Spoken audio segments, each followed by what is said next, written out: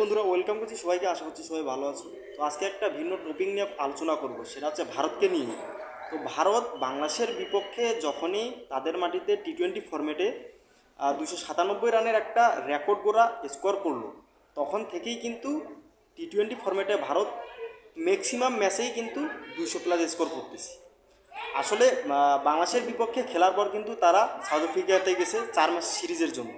তো সেখানে প্রায় 4টা ম্যাচের মধ্যে 3টে ম্যাচেতেই কিন্তু 200+ স্কোর করেছে এবং 283 রান করেছে 4র্থ নম্বর ম্যাচে, অর্থাৎ শেষ ম্যাচে। তো এখন বিষয় হচ্ছে যে বাংলাদেশের বিপক্ষে তারা যে 297 রান করেছে, সেই রানটা করার পর কিন্তু তাদের একটা কনফিডেন্স, নিজের মধ্যে একটা কনফিডেন্স পেয়েছে যে তারা 200+ অর্থাৎ 250 আপ করতে পারে, এমনও দল তারা।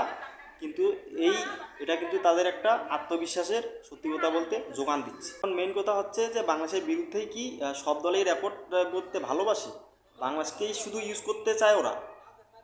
আসলে জীবনের প্রথম কিন্তু ইন্টারন্যাশনাল ম্যাচে কিন্তু বাংলাদেশের বিরুদ্ধে ভারত এই 297 রান করেছিল টি-20 ফরম্যাটে বিশেষ করে।